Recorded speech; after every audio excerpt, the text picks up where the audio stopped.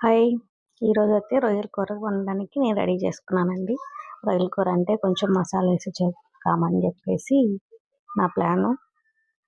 అందుకే ఫస్ట్‌గా బాణలి పెట్టుకొని, స్టవ్ వెలిగించుకొని, బాణలి పెట్టుకొని, తర్వాత నూనె యాడ్ చేసుకున్నాము. నూనె మనం నాన్ వెజ్‌కి ఎలా వేసుకుంటామో అలాగే వేసుకోండి. కొంచెం ఎక్కువ వేసుకుంటే నాన్ వెజ్ బాగు బాగా వస్తది అని చెప్పేసి నా అభిప్రాయం. ఇంకా మీరు ఎలా వేసుకుంటారో మీ ఇష్టము. తర్వాత నూనె వేడెక్కిన తర్వాత ఆవాలు, జీలకర్ర కొంచెం కొంచెం నేను చెప్పినంతగా వేసుకోండి. తర్వాత మెంతులు. మెంతులు వేస్తే ఆ టేస్టే వేరండి. అందుకని నేను కూడా మెంతులు వేస్తాను. తర్వాత పట్టాలు అదే చెక్క మొగ్గ అంటారు కదా అవి. తర్వాత అవన్నీ వేడెక్కిన తర్వాత ఆనియన్స్ వేసాను. ఆనియన్స్ కొంచెం ఎర్ర ఎర్ర రంగులోకి వచ్చేంత వరకు బాగా వాటిని వేయించుకున్న తర్వాత పచ్చిమిర్చి 4 వేసాను. పచ్చిమిర్చి కూడా కొంచెం బాగా వేగిన తర్వాత టమాటా కొంచెం మెత్తబడిన తర్వాత నేను ఒక 2 టమాటాస్ తీసుకున్నాను. 2 టమాటాస్ వేసుకొని బాగా కొంచెం మెత్తబడిన తర్వాత మూత పెట్టుకొని, అది ముందుగా వేయాలి కరివేపాకు, నేను మర్చిపోయి తర్వాత వేసాను. 2 బాగా కలిపి పెట్టుకొని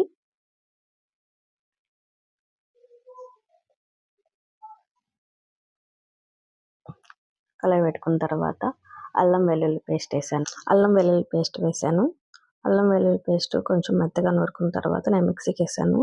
మా ఇంట్లో రుబ్బురోలు లేదు కాబట్టి నేను మిక్సీకి వేసుకొని చేసుకున్నాను. అల్లం వెల్లుల్లి పేస్ట్ బాగా పచ్చి వాసన వెళ్ళేంత వరకు వేగించుకోవాలి.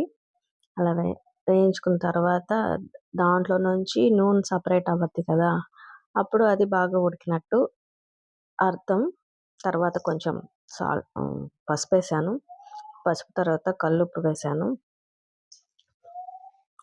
కల్లుప్పు, పసుపు 2 బాగా వేయించుకున్న తర్వాత ఒక 5 మినిట్స్ ఆగి మళ్ళీ నేను కారం వేసాను. కారం నేను కొంచెం ఎక్కువగా తీసుకుంటాను కాబట్టి, ఎక్కువ అంటే ఎక్కువ కాదు, కారం లేకపోతే నేను తినలేను కాబట్టి నేను వేసుకుంటున్నాను. మా వారికి కూడా అలాగే అలవాటు అయిపోయింది కారం తిని. అలా వేసుకొని కారం కూడా కొంచెం పచ్చి కారం అనేది ఉంటుంది కదా, కాబట్టి బాగా వేయించుకోవాలి కారాన్ని కూడాను.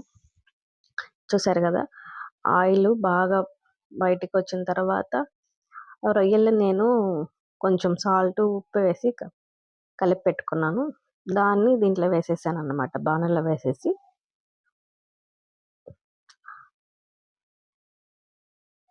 రొయ్యలకి ఆ మసాలా అంతా పట్టేంత వరకు బాగా వాటికి అంటేంత వరకు బాగా అటు ఇటు తిప్పి తర్వాత దానికి మూత పెట్టేసాను అనమాట. నేను మూత పెట్టేసిన తర్వాత కొంచెం వాటర్ అనేది రిలీజ్ అవుతాయి. ఆ వాటర్ మళ్ళీ మనకి బాగా దగ్గర అయ్యేంత వరకు కూడా, అప్పుడు మనకి రొయ్య బాగా ఉడికినట్టు అర్థం. అది రొయ్య ఎంత వేసినా కానీ బాగా ఉడికిపోద్ది ఎట్లా వేసినా కానీ. ఆ వాటర్ అనేది కొంచెం పోయేంత వరకు ఉండిచ్చి మనం ముందుగా మసాలా వేసుకున్న నీళ్ళు ఉన్నాయి కదా, కొంచెం అవి కూడా నేను కొద్దిగా పోసుకున్నాను. ఎందుకంటే మరీ గ్రేవీగా తినలేము కాబట్టి ఇలాగా చేసుకున్నాను అనమాట. కొంచెం వాటర్ పోసుకొని మనకి అన్నంలో కొంచెం నేను చికెన్ మసాలా వేసుకున్నాను. చికెన్ మసాలా కాదు, సారీ, గరం మసాలా.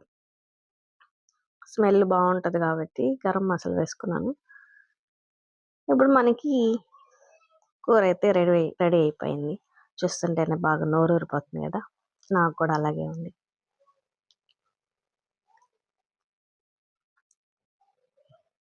బాగా బుడగలు వచ్చేసాయి కదా మనకి కూర. ఇప్పుడు నూనె కూడా పక్కకి సపరేట్ అయిపోయింది కదా, మనకి రొయ్యల కూర రెడీ అయిపోయింది నా అర్థం.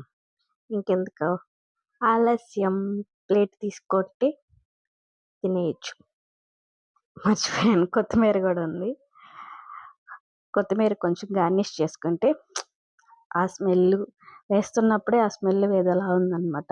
అంత బాగా వస్తుంది స్మెల్. మీ దాకా కూడా వచ్చిందని నేను అనుకుంటున్నాను స్మెల్ని.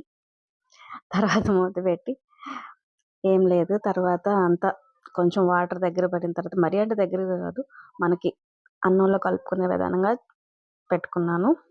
మనకైతే కూర అయితే రెడీ అయిపోయింది. మీకు అందరికీ నచ్చితే ఒక చిన్న